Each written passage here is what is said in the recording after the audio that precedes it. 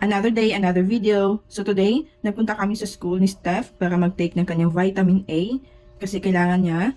And then, umuwi na din kami agad. Tamang-tama din na dumating na yung mga parcels ko from TikTok, kaya nag-unboxing muna kami.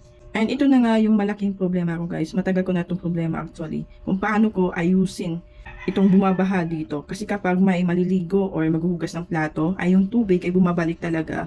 And ito, dito na siya bumabaha sa kusina namin. So, for today's video ay kailangan ko siyang ayusin. At dahil dumating na nga yung order ko from TikTok, ito yung gagamitin natin pang tapal dito guys. Nireport ko naman ito sa aming landlady. Pero until now kasi wala pa rin yung gumagawa kasi busy daw. So, I decided na ako na lang. Sige, ako na ang mag-aayos dito. Habang tinatapalan ko nga yung mga butas dito guys, hindi talaga ako sure kung gagana ito or kakapit ito no. Pero di bali na guys, good luck na lang sa akin. Pero sana masolusyonan dito ang baha dito sa aming kusina guys. That's it for my video. Naging busy lang talaga ako today sa pag-aayos dito. I will see you tomorrow guys.